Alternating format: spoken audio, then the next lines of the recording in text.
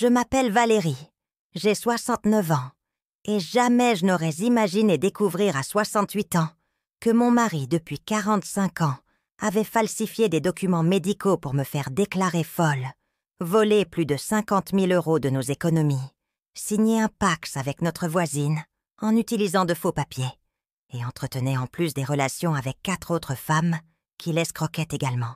Ce que cet homme n'avait pas prévu, c'est que je découvrirais tout, que je ferais semblant d'être sénile pendant 3 mois pour rassembler des preuves, et que le jour de notre anniversaire de mariage, devant toute la famille et les amis, j'exposerais chaque mensonge, chaque document falsifié et chaque euro volé, prouvant qu'une femme de 68 ans peut être bien plus maligne que n'importe quel escroc. Si vous voulez savoir comment j'ai réussi à retrouver ma dignité, mon argent et ma liberté, en détruisant complètement les plans d'un homme qui m'a sous-estimé pendant des décennies, restez avec moi jusqu'à la fin de cette histoire, car ce qui s'est passé après cette découverte va vous laisser bouche bée. Le soleil tapait plus fort que d'habitude ce jeudi de mars à Chartres, et j'avais décidé de rentrer plus tôt du marché. Les sacs pesaient sur mon bras, remplis de légumes frais que je choisissais toujours, avec tant de soin, pour préparer les repas de Gérard. À 68 ans, je gardais la même routine. Me lever à 6 heures, préparer son café, ranger la maison et sortir faire les courses pendant qu'il restait à la maison, à lire le journal ou à pianoter sur son ordinateur. Pendant 45 ans de mariage, ça avait été notre dynamique et je ne l'avais jamais remise en question. Je m'appelle Valérie. Je suis née et j'ai grandi dans cette ville d'Eure-et-Loir, et j'ai toujours été connue pour ma détermination. Ma mère disait que j'avais le don de tout observer autour de moi, une caractéristique qu'elle jugeait essentielle pour une bonne maîtresse de maison. J'étais fille unique. J'ai perdu mes parents il y a plus de 10 ans, et Gérard était tout ce qu'il me restait comme famille proche. Notre fille Mathilde, 43 ans, avait déménagé à Paris il y a 2 décennies pour travailler comme infirmière, et ne nous rendait visite que pour les fêtes de fin d'année. En tournant au coin de notre rue, un serrement au cœur me fit m'arrêter brusquement. La Clio bleue de Gérard était garée juste devant la maison de Chloé, notre voisine veuve. Ce qui me troublait n'était pas seulement de la voir là, mais le fait qu'il m'avait dit à midi qu'il devait aller chez le médecin à Orléans. Il avait précisé que le rendez-vous était à 14 heures et qu'il ne rentrerait qu'en fin de journée. Chloé avait 52 ans et avait perdu son mari 2 ans plus tôt dans un accident du travail. Depuis, elle s'était rapprochée de nous, surtout après que je lui avais apporté quelques repas les premiers mois de son deuil. C'était une femme polie, toujours bien habillée, qui travaillait comme secrétaire dans un cabinet d'avocats du centre-ville. Gérard avait toujours été aimable avec elle, mais je n'avais jamais pensé qu'il y avait autre chose qu'une simple courtoisie de voisinage. Ce qui m'intrigua le plus à ce moment-là, c'est de remarquer que tous les rideaux de sa maison étaient tirés. Il était midi, une heure où elle était normalement au travail, et même quand elle était chez elle, elle laissait toujours les rideaux ouverts pour profiter de la lumière naturelle. Mon cœur se mit à battre plus fort, et une sensation étrange m'envahit. Je restai plantée sur le trottoir quelques minutes, tenant les sacs qui semblaient maintenant peser 1 tonne. Je pensais à frapper à la porte, à inventer une excuse pour vérifier ce qui se passait. Mais quelque chose me retint. C'était comme si une voix intérieure m'avertissait d'être prudente, de ne pas agir sur un coup de tête. Gérard avait toujours été un homme de parole, comptable à la retraite depuis 3 ans, organisé et responsable. En 4 décennies et demie de mariage, il ne m'avait jamais donné de raison de me méfier de lui. Je décidai de rentrer chez moi et d'attendre son retour. Je rangeais les courses dans le réfrigérateur, mais je n'arrivais à me concentrer sur rien. J'allais et venais, à la fenêtre du salon, qui donnait sur la rue, regardant discrètement la maison de Chloé. Sa voiture resta là pendant plus de 2 heures. Quand j'entendis enfin le bruit du moteur s'éloigner, je courus à la fenêtre et vis Gérard partir dans la direction opposée à notre maison. Environ 40 minutes plus tard, il rentra à la maison, l'air tranquille, comme si de rien n'était. Je lui demandai comment s'était passé le rendez-vous, et il répondit que tout allait bien, que le médecin voulait juste surveiller sa tension artérielle. Il parla naturellement, en me regardant dans les yeux, sans montrer la moindre nervosité. Mais je remarquai que ses vêtements étaient légèrement froissés, comme s'il était resté assis longtemps sur un canapé. Pendant le dîner, j'essayais d'en savoir plus sur le rendez-vous. Je l'interrogeais sur la circulation à Orléans, sur le temps qu'il avait passé dans la salle d'attente. Il répondait à tout avec naturel, mais je commençais à remarquer de petits détails qui m'échappaient auparavant. La façon dont il détournait le regard quand il parlait des horaires, comment ses doigts tapotaient sur la table quand je posais des questions précises sur le médecin. Cette nuit-là, allongée à côté de lui, je ne pus dormir. Je pensais à ses rideaux fermés, au temps qu'il avait passé chez Chloé, aux explications qui semblaient trop bien rodées. Gérard dormit profondément, comme toujours, mais je passais la nuit entière éveillée, à regarder le plafond et à essayer de comprendre ce dont j'avais vraiment été témoin. Le lendemain matin, vendredi, il se réveilla normalement, prit son café et dit qu'il devait sortir pour régler quelques affaires à la banque. Il partit vers 9 heures et j'en profitais pour faire un tour dans le jardin, arrosant les plantes. C'est alors que Chloé apparut à la clôture qui séparait nos maisons. « Bonjour Valérie », dit-elle avec un sourire qui me parut différent, plus gêné. « Comment allez-vous ?»« Bien, merci », répondis-je en essayant de paraître naturel. « Et vous, comment ça va ?»« J'essaie d'aller de l'avant, vous savez ce que c'est », répondit-elle. Mais je remarquai que ses yeux ne me regardèrent trop pas directement. Parfois, c'est difficile d'être seule à la maison. Cette phrase résonna dans ma tête toute la journée. Il y avait quelque chose dans le ton de sa voix, une intimité étrange, comme si elle parlait de quelque chose que j'aurais dû comprendre. Je commençai à prêter plus d'attention aux faits et gestes de Gérard. Pendant le week-end, il resta à la maison, mais le lundi, il dit qu'il devait à nouveau sortir pour régler des questions liées à sa retraite. C'est alors que je décidai de faire quelque chose que je n'avais jamais fait dans notre relation. Je commençai à noter ses heures de départ et d'arrivée. Je pris un petit carnet que j'utilisais pour mes recettes et créai un système simple. Date, heure de départ, motif invoqué et heure d'arrivée. C'était comme si ma nature observatrice, que ma mère avait toujours soulignée, s'était réveillée pour une mission que je ne voulais pas avoir. Le mardi, il sortit à 14 heures, en prétextant aller à la banque, et revint à 17h30. Le même jour, vers 15 heures, je décidai de faire un tour dans la rue, et remarquai que sa voiture était de nouveau devant la maison de Chloé. Les rideaux étaient une fois de plus fermés. Mon estomac se noua, et une terrible nausée m'envahit. À ce moment-là, une partie de moi essayait encore de trouver des explications innocentes. Peut-être qu'elle avait un problème et qu'il l'aidait. Peut-être que c'était une question liée au papier de son défunt mari, puisque Gérard s'y connaissait en comptabilité. Je me raccrochais à ces possibilités comme un naufragé à une branche. Mais au fond de mon cœur, une vérité terrible commençait à prendre forme. Une vérité que je ne voulais pas affronter, mais qui devenait plus claire à chaque rideau fermé, à chaque explication vague, à chaque mensonge déguisé en routine. Les jours qui suivirent furent une torture silencieuse. Chaque matin, je me réveillais, en espérant que tout cela n'était que de la paranoïa de ma part. Mais à chaque sortie de Gérard, à chaque explication qu'il donnait, ma méfiance ne faisait qu'augmenter. C'était comme si je vivais avec un étranger, quelqu'un que je pensais connaître parfaitement, mais qui semblait maintenant cacher des secrets derrière chaque sourire. Mercredi, il reçut un appel pendant le déjeuner. Il répondit par un « Allô ?» normal, mais sa voix baissa rapidement de ton, et il se leva de table, se dirigeant vers le jardin pour continuer la conversation.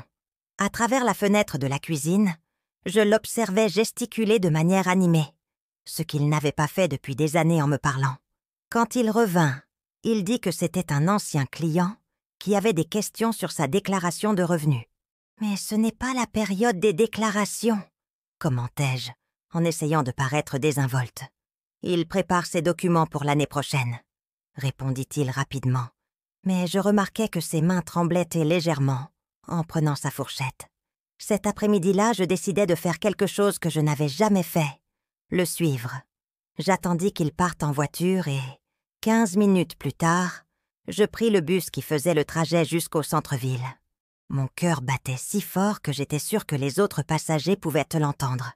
Pendant 45 ans de mariage, la confiance avait été la base de tout. Maintenant, j'étais là, comme une détective amatrice, à enquêter sur mon propre mari. Je descendis du bus au centre et commençai à marcher dans les rues, cherchant la Clio bleue. Je la trouvai garée devant une bijouterie de la rue de la République. Mon sang se glaça. Pourquoi Gérard serait-il dans une bijouterie? Je me cachai derrière un kiosque à journaux, observant l'entrée du magasin. 21 minutes plus tard, il sortit avec un petit sac doré à la main. Je rentrai à la maison avant lui, faisant semblant de préparer le dîner quand il arriva. J'étais nerveuse, mais j'essayais d'agir normalement. Le soir, pendant qu'il regardait la télévision, je décidai de fouiller discrètement ses vêtements dans le panier à linge sale. Dans la poche de la chemise qu'il avait portée ce jour-là, je trouvai un petit papier jauni avec l'adresse de la bijouterie et un numéro de téléphone noté. « Gérard », appelai-je de la cuisine, en essayant de garder la voix ferme. « Tu ne m'as pas dit que tu achetais un cadeau? Notre anniversaire de mariage n'est qu'en septembre. Un cadeau? Non, pourquoi cette question ?» répondit-il du salon. Mais je perçus que le volume de la télévision avait baissé, comme s'il prêtait plus d'attention à notre conversation. « Pour rien, je pensais juste à des choses que nous devons acheter pour la maison. » Mentis-je, mais mon cœur battait la chamade. Cette nuit-là, je me couchai à côté de lui en faisant semblant de dormir, mais mon esprit tournait à plein régime. La bijouterie, les appels étranges, les visites chez Chloé, tout commençait à former une image que je ne voulais pas accepter. Gérard, l'homme que je connaissais depuis mes 23 ans, avec qui j'avais construit toute une vie, était-il vraiment en train de me tromper?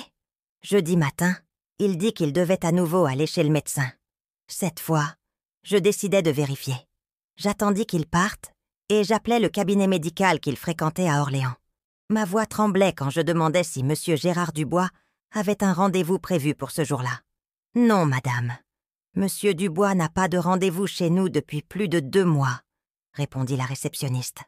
Je raccrochai et m'assis lourdement sur la chaise de la cuisine. Pour la première fois en 45 ans, Gérard m'avait menti effrontément. Ce n'était plus un soupçon ou de la paranoïa de ma part. C'était réel. Il mentait sur où il allait, sur ce qu'il faisait, et probablement sur bien d'autres choses.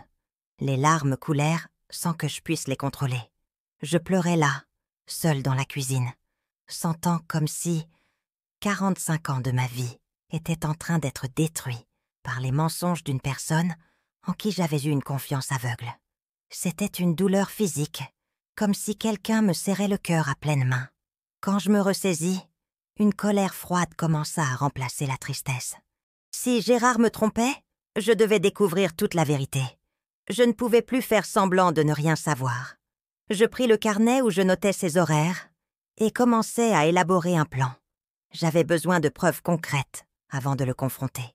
Le reste de la semaine, j'intensifiais mon observation. Gérard sortait toujours les mardis et jeudis, toujours avec des excuses différentes. La banque, d'anciens clients, des consultations médicales. Et toujours, quand je faisais un tour dans la rue, je trouvais sa voiture devant la maison de Chloé. Ses rideaux restaient sans fermer tout le temps qu'il était là. Samedi, pendant le petit déjeuner, je décidai de faire un test. « Gérard, et si nous allions au festival de Pâques de Deauville la semaine prochaine? Ça fait longtemps que nous n'avons pas voyagé ensemble. C'était une de nos traditions. Depuis 15 ans, nous allions toujours au festival fin avril.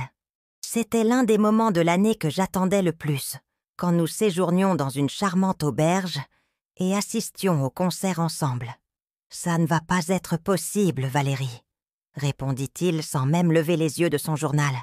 « J'ai des engagements que je ne peux pas reporter la semaine prochaine. »« Quel genre d'engagement ?» insistai-je, sentant ma poitrine se serrer. « Des questions de retraite, tu sais comme c'est bureaucratique ?» répondit-il vaguement. « Mais tu peux y aller seule si tu veux.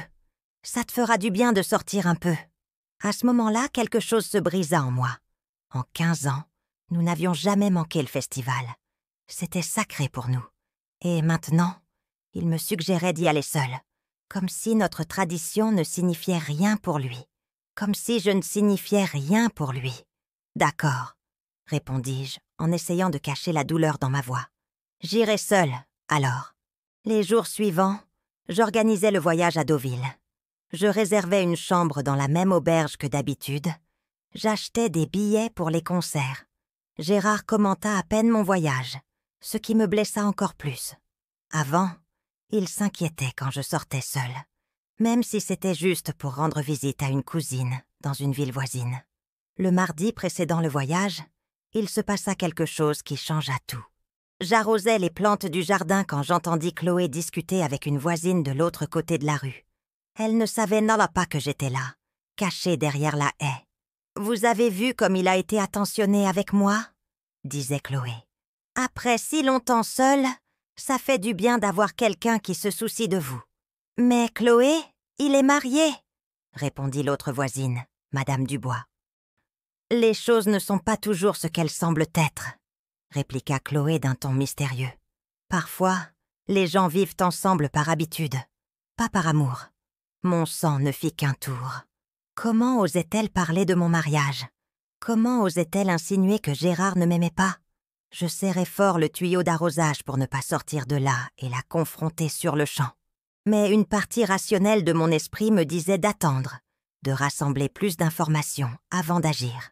Ce soir-là, j'observais Gérard d'un autre œil pendant le dîner. Je remarquais comment il me regardait à peine, comment il répondait à mes questions de manière monosyllabique, comment il semblait toujours avoir la tête ailleurs. Quand notre relation était-elle devenue si froide? Quand avait-il cessé de me voir comme une femme, pour me traiter simplement comme une compagne de maison? Mercredi, la veille de mon voyage, Gérard sortit plus tôt que d'habitude. Il dit qu'il allait régler les dernières affaires avant le week-end. J'attendis 1 heure et je me rendis chez Chloé. Je frappai à la porte, le cœur battant, à tout rompre. Chloé ouvrit la porte avec une expression de surprise qui se transforma rapidement en gêne. Elle portait un peignoir en soie bleue que je n'avais jamais vu auparavant, et ses cheveux étaient détachés, comme si elle venait de se réveiller, bien qu'il soit le milieu de l'après-midi. « Valérie, quelle surprise !» dit-elle, en essayant de paraître naturelle. Mais je remarquai que ses mains tremblaient légèrement. « Entrez, je vous en prie. »« Merci », répondis-je en entrant dans son salon pour la première fois. L'ambiance était différente de ce dont je me souvenais des quelques fois où j'étais venue lui apporter à manger après la perte de son mari. Il y avait des fleurs fraîches dans un nouveau vase, des bougies parfumées dans le salon, et un parfum sucré dans l'air qui ne correspondait pas à la simplicité qu'elle affichait toujours. « Acceptez-vous un café ?»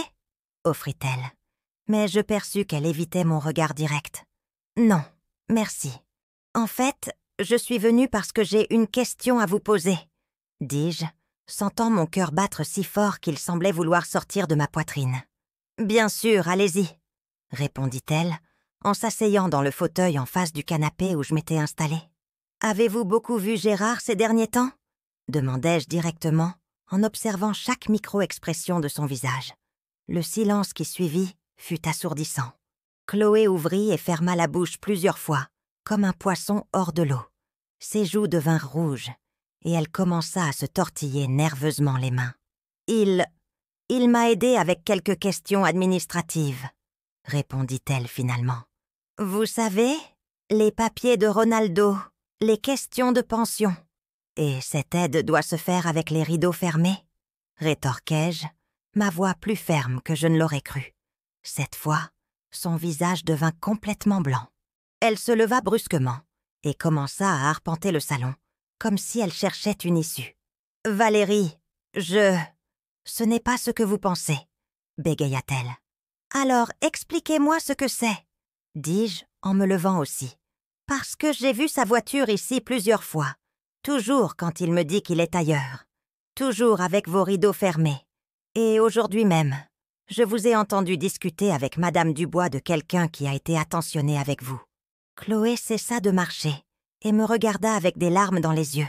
Pendant quelques secondes, je pensais qu'elle allait me dire toute la vérité. Mais ensuite, elle redressa les épaules et adopta une posture défensive. « Vous êtes paranoïaque, Valérie. Gérard n'est qu'un voisin gentil qui m'aide dans un moment difficile de ma vie. Si vous vous méfiez de lui, vous devriez peut-être parler à votre mari. Pas à moi. » La froideur de sa voix me frappa comme une gifle. C'était comme si elle me disait que j'étais folle, que j'inventais des choses. Mais je savais ce que j'avais vu. Je savais ce que j'avais entendu. « Très bien, » répondis-je en me dirigeant vers la porte. « C'est exactement ce que je vais faire. » Je sortis de chez elle les jambes tremblantes et le cœur brisé. La façon dont elle avait réagi, sa défense excessive, sa nervosité, tout confirmait mes soupçons. Mais ce qui me faisait le plus mal, c'était le sentiment d'être prise pour une idiote par des personnes que je considérais comme proches.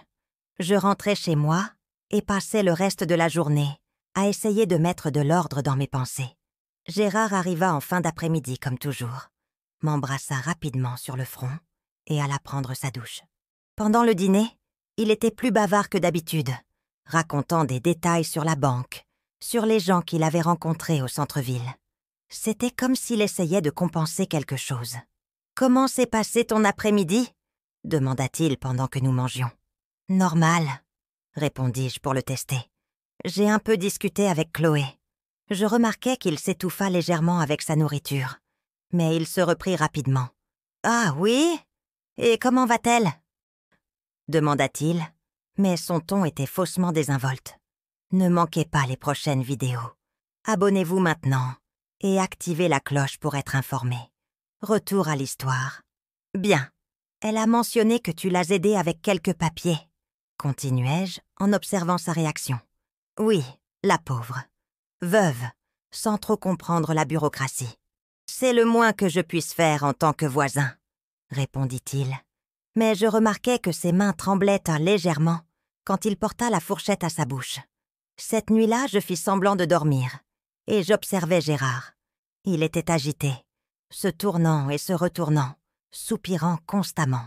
Vers 2 heures du matin, il se leva et alla à la cuisine. J'attendis quelques minutes et le suivis silencieusement.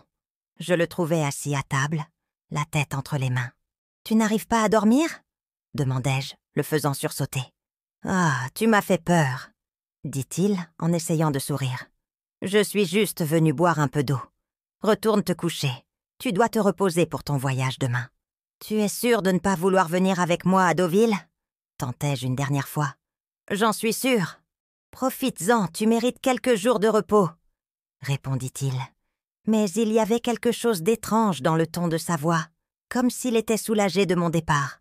Le lendemain matin, je fis mes valises le cœur lourd. Pour la première fois, en 45 ans de mariage, je voyageais avec la peur de ce que je pourrais découvrir à mon retour. Gérard m'accompagna à la gare routière, m'aida avec les bagages et me donna un baiser d'adieu qui ressemblait plus à une salutation formelle qu'à un geste d'affection. « Prends soin de toi, » dit-il. « Si tu as besoin de quoi que ce soit, appelle-moi. » Pendant le voyage en car jusqu'à Deauville, je regardais par la fenêtre en pensant à toute notre histoire. J'avais rencontré Gérard quand j'avais 23 ans et que je travaillais comme vendeuse dans un magasin de tissus au centre de Chartres. Il avait 26 ans et venait d'obtenir son diplôme de comptable. Il était timide, poli, toujours bien habillé. Nos fiançailles furent traditionnelles, avec une demande en mariage formelle et la bénédiction des parents. Nous avions construit notre vie ensemble, brique par brique. La maison, la naissance de Mathilde, les années de dur labeur pour assurer la stabilité de la famille. Où tout avait-il commencé à mal tourner? Quand avait-il cessé de me regarder avec tendresse? Quand notre conversation s'était-elle réduite à des questions pratiques du quotidien? J'essayais de me souvenir de la dernière fois que nous avions fait l'amour, de la dernière fois qu'il m'avait fait un compliment, de la dernière fois que nous avions rêvé ensemble de l'avenir. J'arrivai à Deauville en fin d'après-midi et m'installai à l'auberge. La chambre que nous partagions toujours semblait immense et vide, avec ma seule présence. Ce soir-là, j'allais seule au premier concert du festival. La musique classique que j'avais toujours aimée me parut triste et mélancolique. J'étais entourée de couples qui se regardaient avec amour, de familles heureuses, de gens qui semblaient avoir trouvé leur place dans le monde. Le deuxième jour, pendant le déjeuner au restaurant de l'auberge, une voix familière m'appela par mon nom. C'était Dominique, notre témoin de mariage, qui avait déménagé à Orléans quelques années plus tôt, après être devenue veuve. « Valérie, quelle surprise de te voir ici seule !» dit-elle en s'asseyant à ma table. « Où est Gérard ? Il n'a pas pu venir. Il avait des engagements de dernière minute. » répondis-je en essayant de paraître naturelle. Dominique me regarda avec une expression étrange, comme si elle se demandait si elle devait dire quelque chose. « Valérie, je peux te poser une question un peu personnelle ?» dit-elle en baissant la voix. « Bien sûr, » répondis-je, bien que mon estomac se soit contracté. « Est-ce que tout va bien entre vous et Gérard? En tant que couple, je veux dire. » La question me frappa comme un éclair. « Pourquoi me demandes-tu ça ?» Dominique hésita un instant, tripotant nerveusement sa serviette. « C'est que...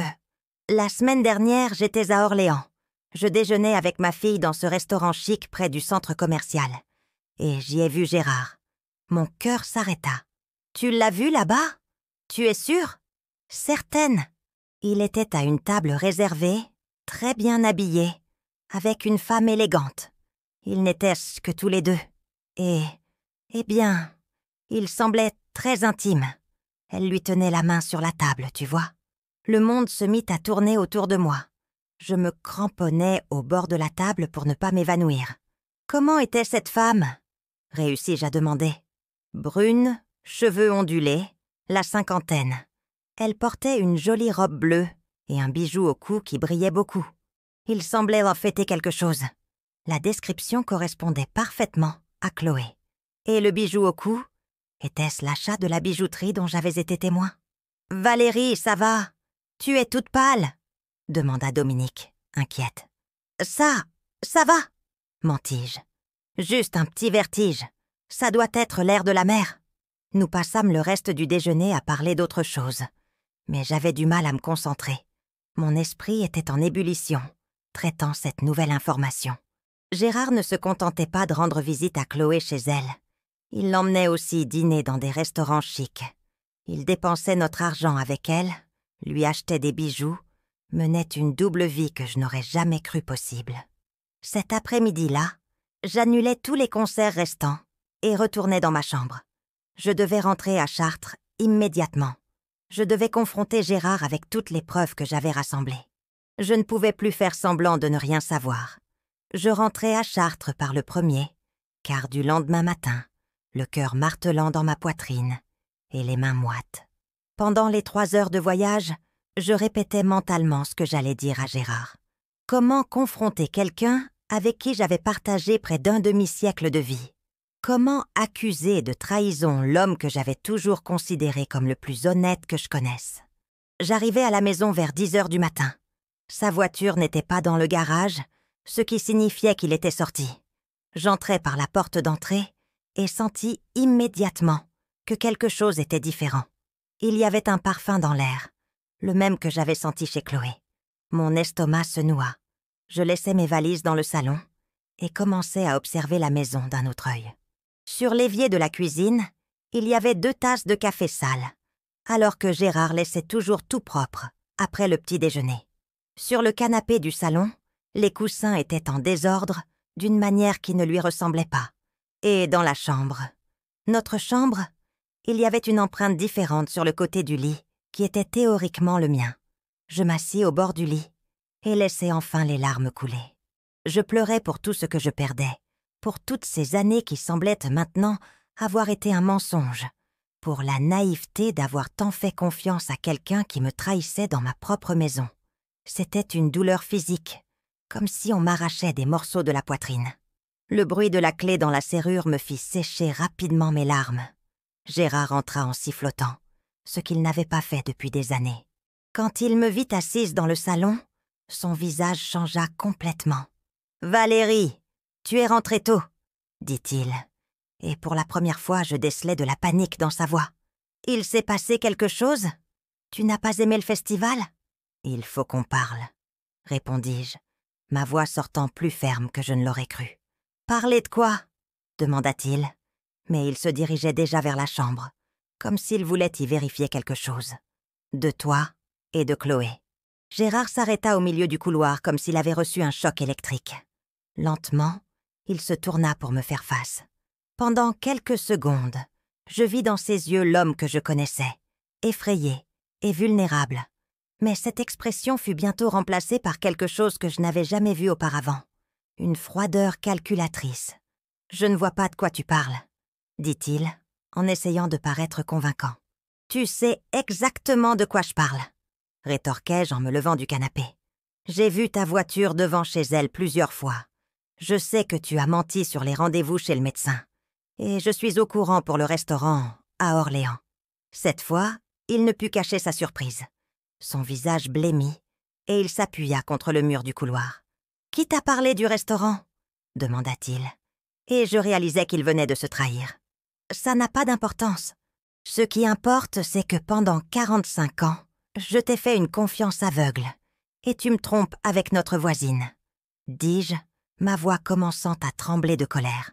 Gérard resta silencieux pendant de longues minutes, regardant le sol. Quand il releva enfin la tête, il y avait des larmes dans ses yeux. « Valérie, La situation est compliquée, » commença-t-il. « Compliquée ?» explosai-je. « Qu'est-ce qu'il y a de compliqué à être marié? Soit on l'est, soit on ne l'est pas. Tu ne comprends pas. Nous ne sommes plus les mêmes depuis des années. C'est quand la dernière fois qu'on a parlé d'autre chose que des factures? C'est quand la dernière fois que tu t'es intéressé à ma vie? » Ces mots me frappèrent mais comme une gifle. C'était comme s'il me reprochait sa propre trahison. « Alors c'est de ma faute ?» demandai-je, incrédule. « Ce n'est la faute de personne. C'est la vie. Les gens changent, s'éloignent. Chloé, elle m'écoute, elle s'intéresse à ce que j'ai à dire. Quand je suis avec elle, je me sens à nouveau vivant. Et avec moi, tu te sens mort, c'est ça ?» Ma voix se brisait, mais la colère me tenait debout. « Valérie, s'il te plaît, essaie de comprendre. » « Comprendre quoi? Que tu couches avec notre voisine? Que tu dépenses notre argent avec elle? Que tu l'as amenée dans notre maison ?» Son silence confirma tout. Il avait vraiment amené Chloé dans notre maison, dans notre lit. L'humiliation était telle que j'eus envie de vomir. « Depuis combien de temps ?» demandai-je, ma voix sortant comme un murmure. « Valérie, depuis combien de temps ?» criai-je, toute la colère accumulée explosant d'un coup. « 6 mois, » répondit-il à voix basse. « 6 mois. La moitié d'une année de ma vie à vivre un mensonge. La moitié d'une année à lui préparer ses repas, à laver ses vêtements, à partager son lit, pendant qu'il était amoureux d'une autre femme. Et qu'est-ce que vous comptez faire maintenant ?» demandai-je, en essayant de garder une certaine dignité. Gérard hésita de nouveau, et je compris qu'il y avait bien plus de choses qu'il ne me disait pas. « Nous pensons nous mettre ensemble, » admit-il finalement. « Vous mettre ensemble comment? Tu vas te séparer de moi? » C'est compliqué, Valérie. Il y a la question de la maison, des finances, de notre âge. Notre âge? Gérard, tu as 71 ans, pas 20. Tu es un homme marié depuis près d'un demi-siècle. Mais je me sens à nouveau jeune quand je suis avec elle, dit-il, et il y avait dans sa voix une passion qu'il ne m'avait pas adressée depuis des décennies. À ce moment-là, quelque chose mourut en moi. Ce n'était pas seulement l'amour que je ressentais pour lui, mais l'espoir que nous pourrions résoudre cette situation. Il n'était pas repentant. Il était amoureux d'une autre femme et voulait être avec elle. « Très bien, » dis-je, ma voix étrangement calme. « Si c'est ce que tu veux, alors réglons les choses de manière civilisée. »« Valérie, tu es très compréhensive, » commença-t-il, l'air soulagé.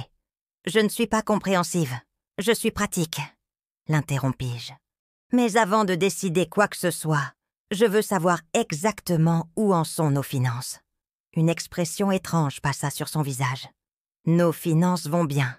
Pourquoi cette question? Ne manquez pas les prochaines vidéos. Abonnez-vous maintenant et activez la cloche pour être informé. Retour à l'histoire. Parce que si nous allons nous séparer, j'ai besoin de savoir ce que nous avons à partager. » « Bien sûr, bien sûr. Demain, nous irons à la banque ensemble et tu verras tout, » dit-il rapidement. Mais quelque chose dans son ton m'alerta. Cette nuit-là, nous dormîmes dans des chambres séparées pour la première fois en 45 ans.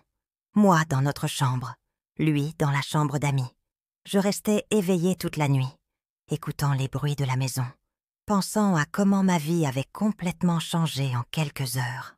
Le lendemain matin, nous allâmes à la banque. Je demandai à voir les relevés de notre compte joint des 6 derniers mois. Ce que je vis me laissa sous le choc. Il y avait plusieurs virements vers un compte que je ne connaissais pas, toujours les jours où Gérard prétendait être sorti pour régler des affaires administratives.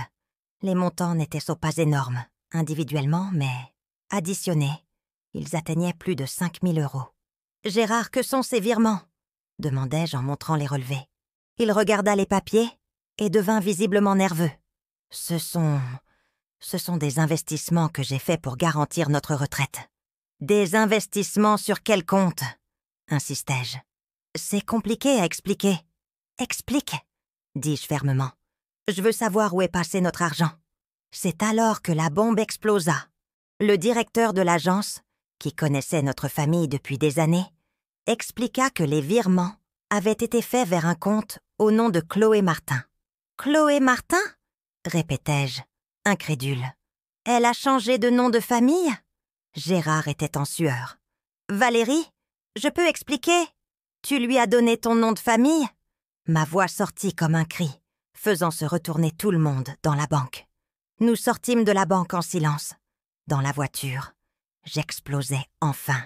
« Non seulement tu m'as trompé, mais tu transfères notre argent sur son compte. Et en plus, tu donnes ton nom à cette femme. Valérie, ce n'est pas ce que tu penses. Alors explique-moi ce que c'est, parce qu'on dirait que tu mènes une vie complètement séparée de la nôtre depuis des mois. Nous prévoyons de nous marier après que je me serai séparée de toi. » avoua-t-il finalement. « Vous marier ?» criai-je. « Vous prévoyez de vous marier et tu utilises notre argent pour financer ce fantasme ?» La réalité était bien pire que ce que j'avais imaginé. Ce n'était pas juste une aventure extra-conjugale.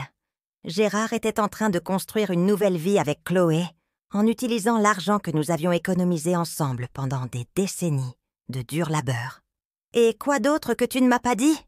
demandai-je, ma voix chargée de désespoir et de colère.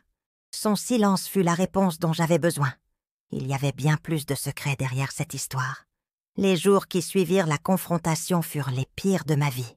Gérard quittait la maison tôt et rentrait tard, évitant toute conversation avec moi. Quand nous étions dans la même pièce, le silence était si lourd que j'avais du mal à respirer. C'était comme vivre avec un fantôme, avec quelqu'un qui ne faisait plus partie de ma vie, mais qui occupait toujours le même espace physique. Pendant cette période, une froide détermination commença à m'envahir. Si Gérard pensait que j'allais accepter passivement d'être trompée et volée, il se trompait lourdement. Je commençais à enquêter par moi-même. Le jeudi, quand il sortit en prétextant à nouveau un rendez-vous chez le médecin, je décidai de suivre une intuition qui me taraudait depuis des jours. Je me rendis à l'état civil de Chartres, la gorge nouée. Je demandai à vérifier s'il y avait un enregistrement récent impliquant le nom de Chloé Martin. L'employée, Madame Martin, qui me connaissait depuis des années, fut surprise de ma demande. « Valérie, puis-je vous demander pourquoi vous avez besoin de cette information ?» s'enquit-elle gentiment. « C'est une affaire personnelle, Madame Martin. Très personnelle, » répondis-je en essayant de garder la voix ferme. Elle consulta le système et, après quelques minutes, me regarda avec une expression de pitié. « Il y a un certificat de Pacs enregistré il y a 3 mois, au nom de Gérard Dubois et Chloé Martin, » dit-elle à voix basse.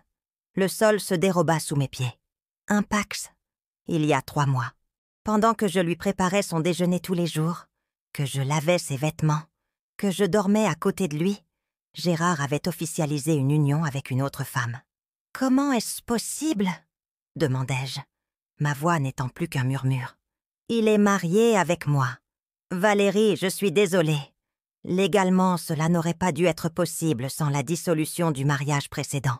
Il doit y avoir eu une erreur ou une omission d'information, » expliqua Madame Martin, clairement embarrassée. Je rentrai chez moi en état de choc. Je m'assis dans la cuisine et essayais de digérer cette information. Non seulement Gérard me trompait, mais il avait enregistré un Pacs avec Chloé, en utilisant de faux documents ou en omettant des informations. Cela signifiait qu'elle pourrait avoir des droits sur nos biens, sur la maison que nous avions construite ensemble pendant des décennies. Cet après-midi-là, je pris une décision. J'appelais Mathilde, notre fille, à Paris. Nous ne nous étions pas parlé depuis plus de 2 mois, et je n'avais jamais partagé de problèmes conjugaux avec elle. Mais maintenant, je n'avais plus le choix. « Maman, quelle surprise que tu appelles !» dit-elle joyeuse. « Comment ça va par là-bas ?»« Mathilde, je dois te dire quelque chose de très sérieux. » commençai-je, et ma voix tremblait déjà. Je lui racontais tout. La découverte de la trahison, les transferts d'argent, le Pacs enregistré illégalement. Mathilde resta silencieuse pendant tout mon récit, ne faisant que de petits bruits d'incrédulité.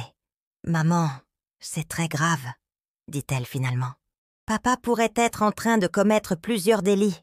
Bigamie, faux et usage de faux, abus de confiance. »« Des délits ?» répétai-je. Le mot sonnait étrangement dans ma bouche quand il était associé à Gérard. « Oui, maman. Et tu dois protéger tes droits immédiatement. Je viens ce week-end et nous allons trouver un avocat. » Après avoir raccroché, je me demandais comment notre vie en était arrivée là. Délit, avocat, 2 mots que je n'aurais jamais imaginé faire partie de ma réalité. Pendant 45 ans, nos plus gros problèmes avaient été des disputes d'argent quand Mathilde était petite, ou le stress de Gérard au travail.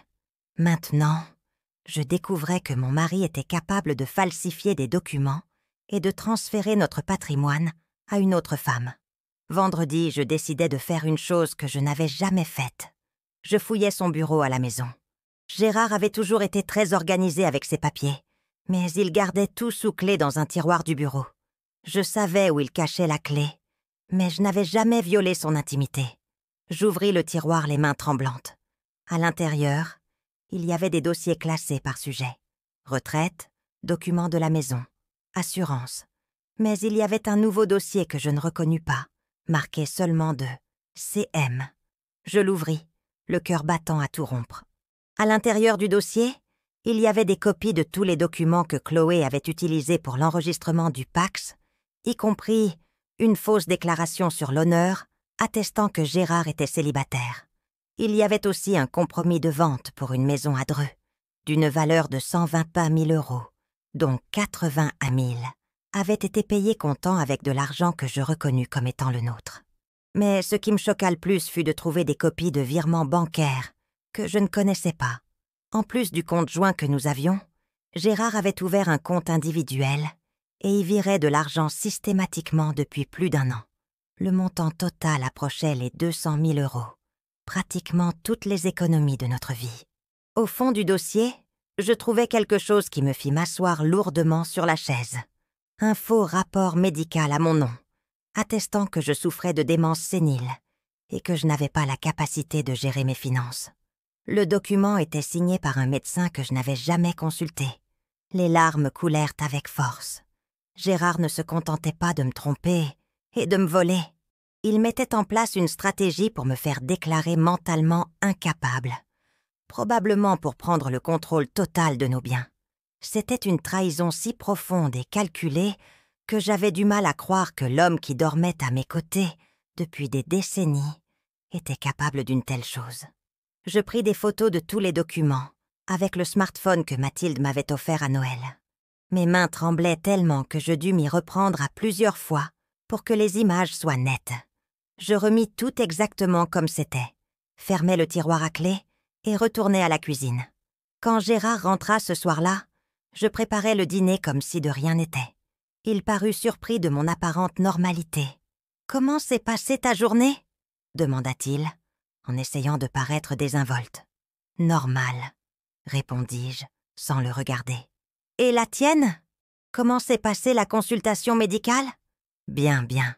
Le médecin a dit que tout est sous contrôle, » mentit-il effrontément.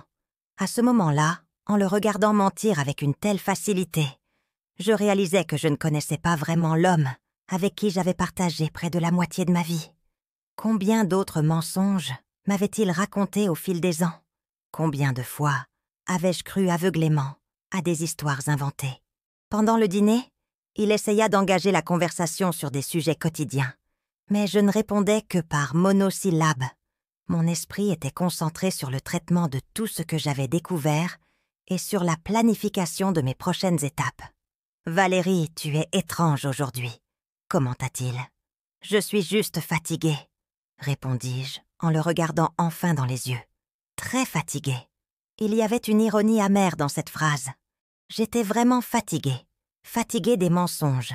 Fatiguée de faire semblant de ne rien savoir. Fatiguée d'être prise pour une idiote. Mais j'étais aussi plus déterminée que jamais. Samedi matin, Mathilde arriva de Paris plus tôt que prévu. Quand il vit sa voiture devant la maison, Gérard devint visiblement nerveux. Pourquoi Mathilde est-elle venue? Il s'est passé quelque chose? Demanda-t-il, en essayant de paraître simplement curieux. Elle voulait nous rendre visite, répondis-je, simplement. Pendant le déjeuner, j'observais Gérard essayer d'agir normalement avec notre fille, lui posant des questions sur son travail, sur sa vie, à Paris. Mais Mathilde, qui avait hérité de ma capacité d'observation, remarqua immédiatement que quelque chose n'allait pas. « Papa, tu as l'air nerveux. Tout va bien ?» demanda-t-elle directement. « Bien sûr que ça va. Pourquoi ça n'irait pas ?» répondit-il. Mais ses mains tremblèrent légèrement quand il porta le verre à sa bouche. Après le déjeuner, pendant que Gérard regardait la télévision, j'emmenai Mathilde dans le jardin et lui montrai toutes les photos que j'avais prises des documents. Elle regarda chaque image avec une indignation croissante. « Maman, c'est bien pire que ce que j'imaginais, » dit-elle. « Il ne se contente pas de te tromper. Il prépare une escroquerie financière complète. Ce faux rapport médical, s'il réussit à te faire interner en prétextant la démence, il peut prendre le contrôle total des biens. « Qu'est-ce que je fais, ma fille ?» demandai-je, me sentant perdue. « D'abord, nous allons à la banque lundi et nous virons la moitié de l'argent du compte joint sur un compte à ton seul nom. Ensuite, nous allons voir un avocat pour faire annuler ce Pacs frauduleux et protéger tes droits sur la maison et les autres biens. Et s'il le découvre... » Maman, Mathilde me prit les mains. « Tu as affaire à quelqu'un qui a falsifié un rapport médical pour te faire déclarer folle.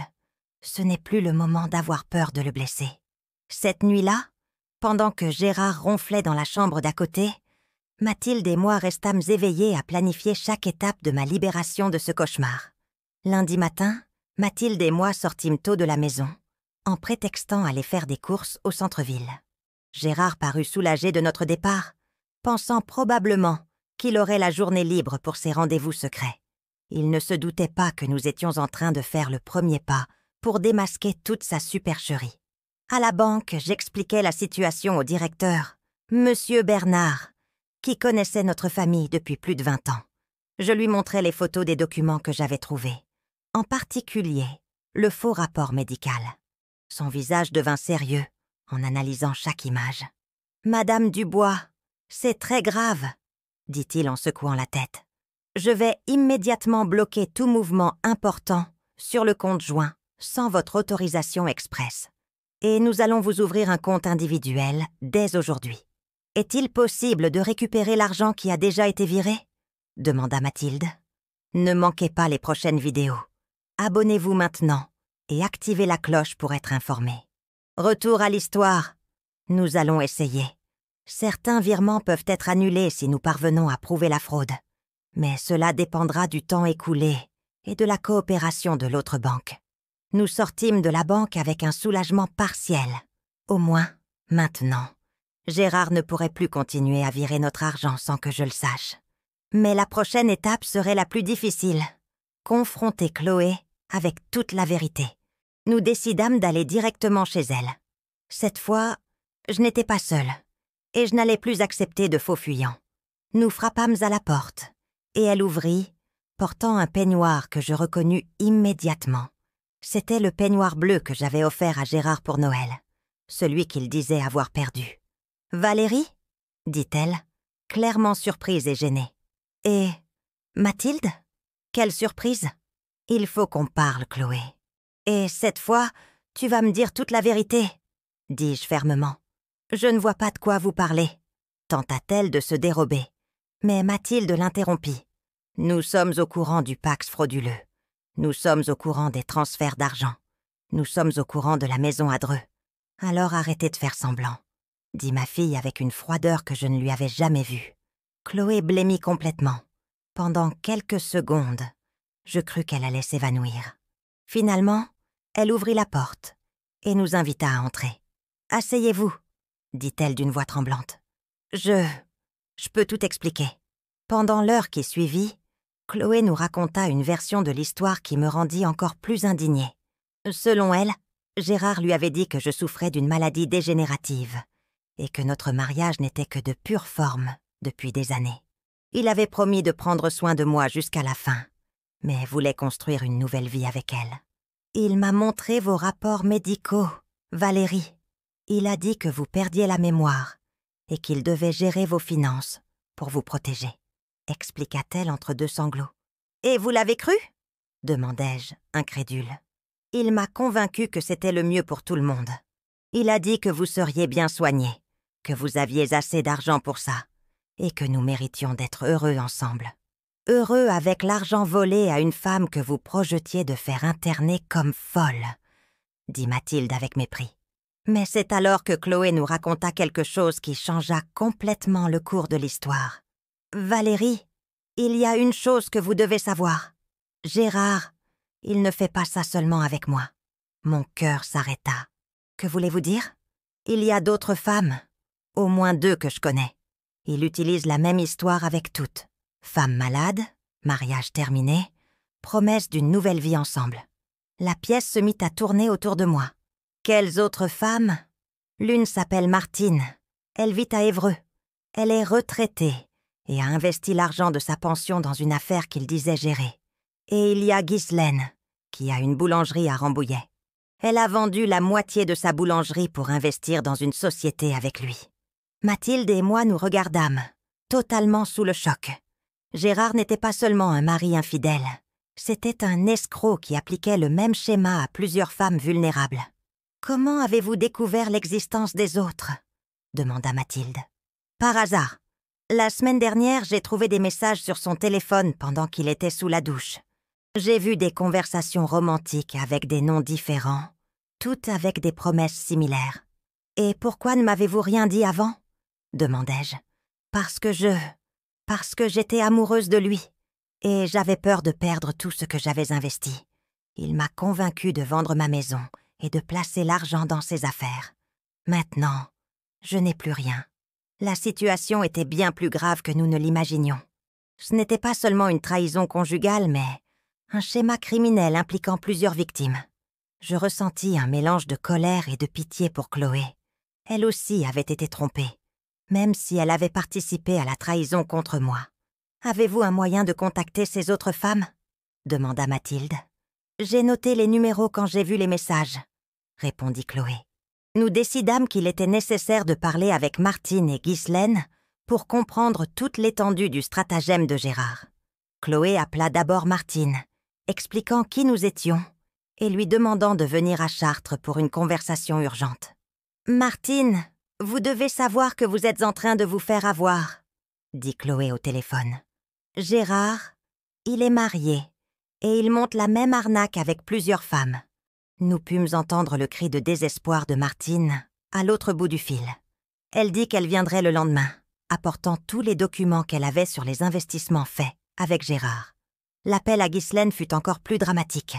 Quand Chloé expliqua la situation, Ghislaine se mit à pleurer de manière compulsive. « Je savais qu'il y avait quelque chose qui n'allait pas, » sanglotait-elle. « Il a disparu il y a 2 semaines. Avec 50 000 € que j'avais investis dans la société.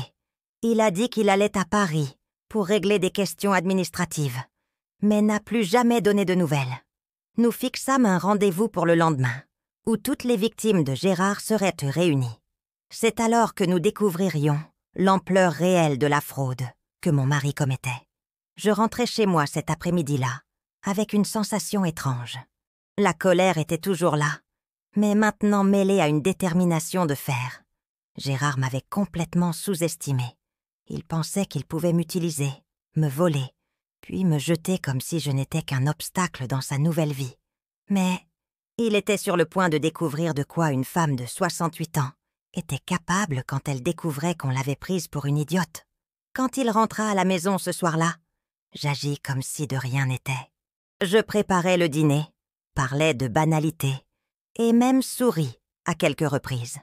Gérard parut se détendre, pensant probablement que j'avais accepté la situation et que je ne causerais plus de problème. « Tu te sens mieux ?» demanda-t-il pendant le dîner. « Beaucoup mieux », répondis-je. Et ce n'était pas un mensonge. Pour la première fois depuis des semaines, je me sentais en contrôle de la situation. « Tant mieux. Je sais que tout ça a été difficile pour toi, » dit-il avec une fausse sollicitude que je pouvais maintenant voir clairement. « Ça l'a été, » acquiesçai-je. « Mais j'apprends à gérer les changements. » Cette nuit-là, Mathilde et moi finalisâmes les préparatifs pour la confrontation du lendemain. Nous avions toutes les preuves organisées, les numéros des autres victimes notés et un plan d'action clair. Gérard avait tissé une toile de mensonges complexe, mais cette toile était sur le point de se défaire complètement. « Maman, tu es sûre de vouloir faire ça ?» demanda Mathilde avant que nous nous couchions. « Ma fille, pendant 45 ans, j'ai été une épouse dévouée, une maîtresse de maison exemplaire, une femme qui a toujours fait passer la famille en premier. Maintenant, je découvre que tout cela a été jeté à la poubelle par un homme qui me voit comme un obstacle jetable. Oui, j'en suis sûre. » Le lendemain matin, je me réveillais avec un sentiment d'excitation que je n'avais pas ressenti depuis des années. C'était comme si, après des décennies, à n'être que la femme de Gérard, j'allais enfin découvrir qui était Valérie par elle-même. Et Valérie, découvris-je, était une femme bien plus forte et déterminée que quiconque ne l'imaginait. Mercredi matin, ma maison se transforma en quartier général d'une opération que je n'aurais jamais imaginé devoir commander. Martine arriva d'Évreux par le premier, car une femme de 49 ans, mince, avec des yeux cernés qui trahissaient des nuits blanches. Elle apportait un dossier rempli de documents qui promettaient de montrer l'étendue de la supercherie de Gérard. Ghislaine arriva vers 10 heures, au volant d'une voiture ancienne, mais bien entretenue. À 55 ans, elle avait l'allure de quelqu'un habitué à travailler dur, mais son visage portait une tristesse profonde qui me rappela la mienne quelques semaines plus tôt. Quand elle s'assit à la table de ma cuisine et commença à parler, je réalisais que nous avions toutes été victimes du même scénario soigneusement répété. « Il est apparu dans ma boulangerie, il y a 8 mois, » raconta Ghislaine, en se triturant nerveusement les mains. « Il a dit qu'il était comptable à la retraite et qu'il cherchait des opportunités d'investissement pour diversifier ses revenus. Il avait l'air d'un homme sérieux, poli, bien habillé. « Comment vous êtes-vous rapprochés sentimentalement ?» demanda Mathilde, prenant des notes de tout. « Ça s'est fait progressivement. D'abord, il est devenu un client régulier. Il prenait son café tous les matins, parlait affaires, s'intéressait à ma vie. Après quelques semaines, il a commencé à m'inviter à déjeuner, disant que je travaillais trop et que je méritais de me détendre. L'histoire de Martine était effroyablement similaire. Gérard l'avait approchée au centre de santé, où elle faisait suivre sa tension. Il s'était présenté comme veuf, comptable à la retraite, désireux d'aider les personnes âgées à organiser leurs finances. « Il était très attentionné », expliqua Martine d'une voix étranglée par l'émotion. Ça faisait longtemps que personne ne s'était vraiment intéressé à moi. Mon mari est décédé il y a 3 ans, et j'étais très seule. Quand il a commencé à me faire la cour, je me suis sentie à nouveau spéciale. « Et l'histoire du veuvage ?» demandai-je. Il m'a raconté que sa femme était décédée d'un cancer 2 ans plus tôt, et qu'il essayait de refaire sa vie. Il m'a même montré des photos de vous deux, mais il a dit que c'était sa sœur qui l'avait perdue, répondit Martine. Le cynisme de Gérard n'avait pas de limite. Il avait utilisé notre propre photo de mariage pour tromper d'autres femmes, inventant une histoire de sœur décédée. J'eus la nausée en pensant à la manière méticuleuse dont il avait planifié chaque mensonge. Chloé arriva la dernière, clairement honteuse d'affronter les autres victimes de l'homme dont elle était tombée amoureuse. Quand elle entra dans la cuisine et nous vit toutes réunies, elle se mit à pleurer. « Je suis tellement désolée », dit-elle. « Si j'avais su qu'il faisait la même chose à d'autres. »« Nous avons toutes été trompées, » dis-je, me surprenant moi-même par la compassion dans ma voix. « Maintenant, nous devons réfléchir à la manière de résoudre cette situation. » Nous passâmes toute la matinée à rassembler des informations. Chacune d'entre nous avait investi des sommes importantes dans des « affaires » que Gérard prétendait gérer. Martine lui avait donné la quasi-totalité de son fonds d'urgence, 40 000 € de la pension de son défunt mari. Ghislaine avait vendu la moitié de sa boulangerie pour 50 000 €. Chloé avait vendu sa maison pour 90 000. Ajouté à l'argent qu'il m'avait volé, Gérard avait amassé plus de 300 000 €. « Où est tout cet argent ?» demanda Mathilde. « Une partie, je sais, a servi à acheter la maison à Dreux, » expliqua Chloé. « Mais le reste, il a dit qu'il l'avait investi en actions et dans des fonds de placement. »« Des actions ?» demandai-je. Gérard n'a jamais rien compris aux actions. Il a montré des relevés bancaires, insista Ghislaine. Des papiers qui semblaient officiels. Mathilde prit son ordinateur portable et commença à faire des recherches. Après quelques minutes, elle trouva quelque chose qui nous indigna encore plus. « Maman, les filles, regardez ça !» dit-elle en tournant l'écran vers nous. « Il y a un dépôt de plainte enregistré à Dreux concernant une escroquerie financière menée par un homme se faisant passer pour un courtier en investissement. La description correspond exactement à papa. La réalité était encore pire que nous ne l'imaginions. Gérard ne se contentait pas d'escroquer des femmes vulnérables de notre région. Il avait étendu ses crimes à d'autres villes, utilisant de fausses identités et des documents falsifiés. « Il faut aller à la police !» dit Martine. « Non !» dis-je fermement. « Pas encore. » Toutes me regardèrent, surprises. « Pourquoi pas, maman ?» demanda Mathilde. « Parce que si nous allons à la police maintenant, il sera arrêté. Mais nous ne récupérerons probablement pas notre argent. Il a eu le temps de tout cacher. Nous devons d'abord découvrir où se trouve notre patrimoine. » Chloé me regarda avec une expression étrange. « Valérie, qu'est-ce que vous prévoyez ? » « Je prévois de lui donner une leçon qu'il n'oubliera jamais. Mais pour cela, j'ai besoin de votre collaboration à toutes. » Pendant les 2 heures suivantes, nous élaborâmes un plan qui était risqué, mais qui pourrait nous donner une chance de récupérer au moins une partie de l'argent volé et, surtout, d'exposer publiquement Gérard pour ses crimes. Le plan consistait à faire croire à Gérard qu'il avait réussi à me faire interner comme mentalement incapable et qu'il avait maintenant le contrôle total des biens. Chloé continuerait à jouer le rôle de la petite amie amoureuse, mais serait désormais notre informatrice. Martine et Ghislaine se feraient la passer pour de nouvelles victimes potentielles, prétendant avoir été recommandées par des connaissances. L'objectif était de découvrir où il cachait l'argent et de documenter les nouveaux crimes qu'il tenterait de commettre. « C'est dangereux !» avertit Mathilde. « S'il découvre que vous faites semblant, ne manquez pas les prochaines vidéos. Abonnez-vous maintenant et activez la cloche pour être informé. Retour à l'histoire. Ma fille, j'ai vécu avec cet homme pendant 45 ans. Je sais exactement comment il pense. Son arrogance sera sa perte, répondis-je avec une conviction qui me surprit moi-même. La première phase du plan serait exécutée le soir même. Quand Gérard rentrerait à la maison, je simulerais une crise de nerfs, prétendant être confuse et perdre la mémoire. Mathilde jouerait le rôle de la fille inquiète, suggérant que j'avais besoin de soins médicaux spécialisés. L'objectif était de lui faire croire que son plan pour me déclarer incapable fonctionnait parfaitement. « Vous êtes sûre de pouvoir le faire ?» demanda Chloé. « Chloé, dis-je en la regardant droit dans les yeux, voulez-vous récupérer votre argent et votre dignité, ou voulez-vous continuer à être la victime d'un escroc ? » « Je veux tout récupérer, » répondit-elle avec détermination. « Alors, nous allons y arriver. » Nous fixâmes un rendez-vous pour le lendemain, où nous évaluerions les résultats de la première phase.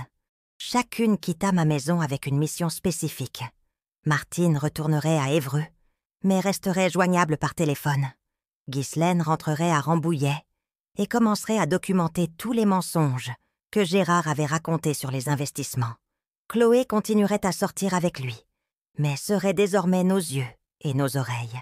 Quand Gérard rentra ce soir-là, il trouva une scène à laquelle il ne s'attendait pas. J'étais assise sur le canapé du salon, fixant le mur, apparemment confuse et désorientée. « Valérie ?» appela-t-il. « Ça va ? Qui êtes-vous » demandai-je, feignant de ne pas le reconnaître. Que faites-vous dans ma maison ?» Son visage changea complètement. Pour la première fois depuis des semaines, je vis un sourire sincère apparaître sur ses lèvres. C'était un sourire froid, calculateur, de quelqu'un qui venait de voir sa stratégie fonctionner à la perfection. « Je suis ton mari, Gérard. Tu ne te souviens plus très bien des choses ces derniers temps. »« Mon mari ?» demandai-je, feignant encore plus de confusion. « Mais je ne suis pas mariée. Où est ma mère ? Elle devrait être là. » À ce moment-là, Mathilde entra dans le salon, jouant parfaitement le rôle de la fille désespérée. « Papa, tu vois ? Son état s'aggrave. Ce matin, elle ne se souvenait même plus où elle rangeait les clés de la maison. Je pense qu'il est temps de chercher une aide spécialisée. » Je vis les yeux de Gérard briller d'une satisfaction qui me dégoûta. Il était heureux de me voir apparemment perdre la raison. Heureux parce que cela signifiait qu'il serait bientôt libre de vivre sa nouvelle vie avec l'argent qu'il nous avait volé à toutes. « Tu as raison, Mathilde. Je vais appeler ce gériatre qu'on m'a recommandé. Ta mère a besoin de soins spéciaux. » Cette nuit-là, allongée dans mon lit en faisant semblant de dormir, j'entendis Gérard passer des appels en chuchotant depuis le jardin. Il prenait rendez-vous avec un médecin, probablement un complice, pour obtenir un certificat officiel d'incapacité mentale. Je l'entendis aussi appeler Chloé, lui racontant avec enthousiasme ma détérioration et faisant des plans pour accélérer notre séparation. Ce que Gérard ne savait pas, c'est que chaque mot était enregistré par Chloé, qui avait mis le téléphone sur haut-parleur pendant que Mathilde enregistrait tout. Nous rassemblions des preuves qui seraient cruciales pour notre vengeance finale. Les 3 mois suivants furent les plus intenses de ma vie. Je continuais à jouer le rôle de la femme qui perdait la raison pendant que Gérard accélérait ses plans pour s'emparer complètement de notre patrimoine. Chaque jour à feindre la démence, chaque consultation avec des médecins complices, chaque faux document qu'il me faisait signer était une torture, mais aussi une pièce essentielle du puzzle que nous assemblions contre lui. Pendant cette période, nos enquêtes révélèrent que Gérard avait créé un véritable réseau criminel. En plus de nous 4, nous découvrîmes 2 autres victimes. Une retraitée de Dreux, qui avait investi son indemnité de licenciement avec lui, et une commerçante de Nogent-le-Rotrou, qui avait vendu son commerce sur la base de ses promesses. Le montant total des escroqueries dépassait le demi-million d'euros. Chloé se révéla une alliée précieuse. Amoureuse et trompée, elle était devenue notre principale source d'information. C'est par elle que nous découvrîmes que Gérard détenait 3 comptes bancaires différents, tous dans des villes distinctes, et qu'il avait acheté non seulement la maison à Dreux, mais aussi un appartement à Deauville, qu'il prévoyait d'utiliser comme nid d'amour pour ses diverses conquêtes. La goutte d'eau fut quand il tenta de me faire signer une procuration qui lui donnerait les pleins pouvoirs sur tous mes biens, affirmant au notaire que je n'avais plus les capacités mentales pour gérer mes propres finances. C'est à ce moment-là que je décidai qu'il était temps de passer à la phase finale de notre plan. C'était le 15 septembre, date de notre 46e anniversaire de mariage. Gérard avait complètement oublié la date, trop occupé par ses combines et ses multiples petites amies. Mais moi, je n'avais pas oublié. Pendant des semaines, j'avais planifié une fête surprise qu'il n'oublierait jamais. J'invitais toute la famille, les amis proches, les voisins et secrètement toutes les femmes qu'il avait trompées. Je dis à Gérard que Mathilde avait organisé une petite réunion pour célébrer notre anniversaire et qu'il devait être à la maison à 19h. Quand il arriva et vit la maison pleine de monde, son visage blêmit. Il salua tout le monde avec son faux sourire habituel. Mais je perçus de la nervosité dans ses gestes. Chloé était là, jouant parfaitement le rôle de la voisine serviable. Martine et Ghislaine se mêlèrent aux autres invités, se faisant passer pour des parentes éloignées. Après le dîner, je demandai l'attention de tous pour faire un discours sur nos 46 ans de mariage. Gérard s'assit à côté de moi, pensant probablement que je ferais le discours mielleux typique de l'épouse reconnaissante. « Chers amis et familles, commençai-je, la voix ferme et claire, aujourd'hui est un jour très spécial, non seulement parce que nous fêtons nos 46 ans de mariage, mais aussi parce que j'ai découvert certaines choses sur mon mari que j'aimerais partager avec vous tous. » Je vis Gérard s'agiter mal à l'aise sur sa chaise. Pendant toutes ces années, J'ai toujours cru connaître parfaitement l'homme avec qui je partageais ma vie. Je le pensais honnête, fidèle, digne de confiance. Malheureusement, j'ai découvert que je me trompais. Le silence dans la pièce était absolu. Gérard tenta de m'interrompre, mais je continuais. J'ai découvert que mon mari entretient des relations extra-conjugales depuis plus d'1 an. Pas une seule, mais plusieurs. Et ce n'est pas tout. Il monte des escroqueries financières contre des femmes vulnérables, utilisant notre argent et falsifiant des documents pour les tromper. « Valérie, qu'est-ce que tu fais ?»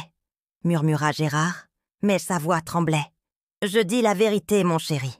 La vérité que tu as essayé de cacher en falsifiant un rapport médical affirmant que je souffre de démence sénile. » Je pris un dossier qui était caché sous la table et commençai à montrer les documents, un par un.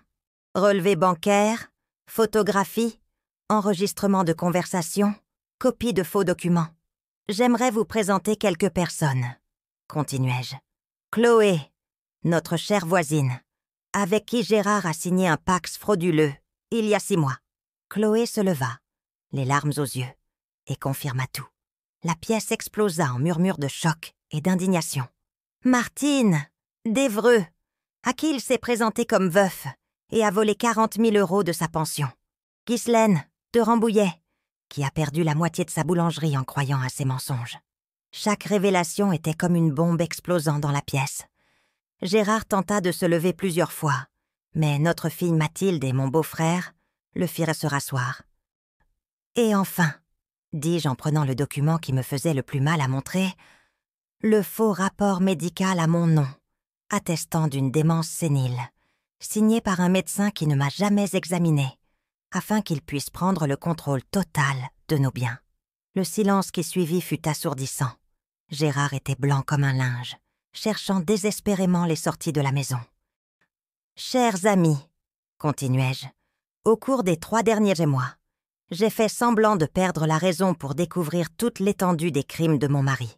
Aujourd'hui, je peux confirmer qu'il a détourné plus d'1 demi-million d'euros à plusieurs femmes, a falsifié des documents officiels, a commis la bigamie et prévoyait de me faire interner dans une clinique psychiatrique pour prendre le contrôle total de nos biens. » C'est alors que Maître Augustin, l'avocat de la famille, se leva. « Gérard Dubois, au nom des victimes ici présentes, je vous informe que des plaintes formelles ont déjà été déposées contre vous pour escroquerie, faux et usage de faux, bigamie et tentative d'abus de confiance.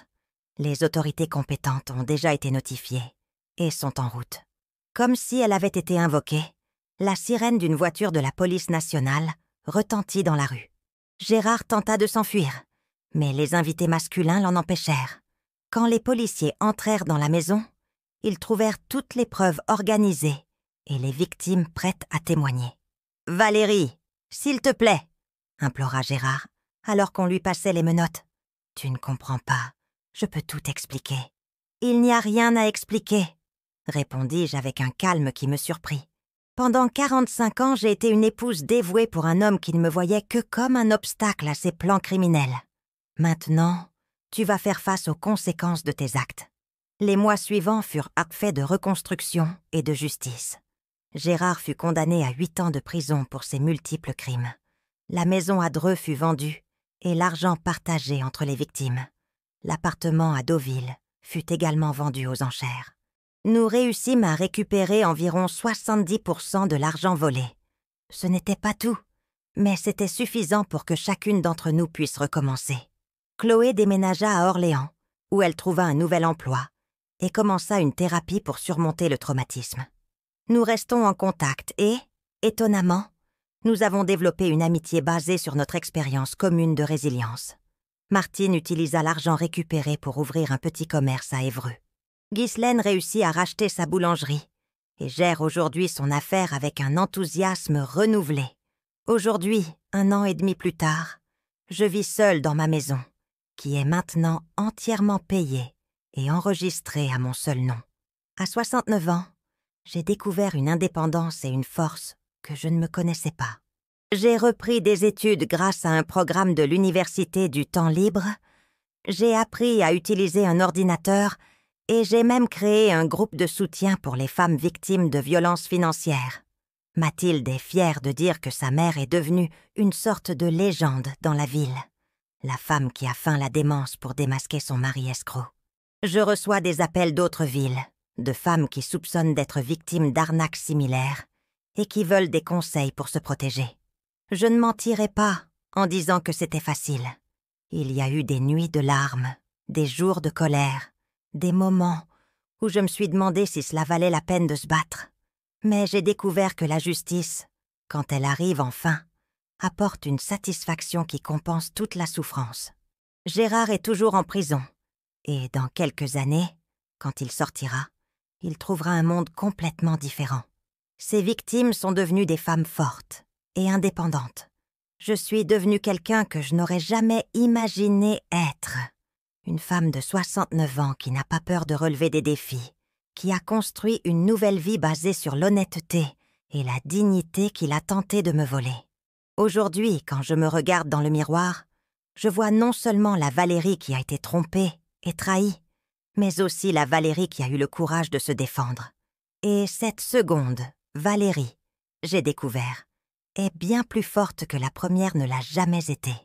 À 69 ans, j'ai enfin appris qu'il n'est jamais trop tard pour recommencer, et que parfois, notre plus grande victoire vient précisément au moment où nous pensons avoir tout perdu.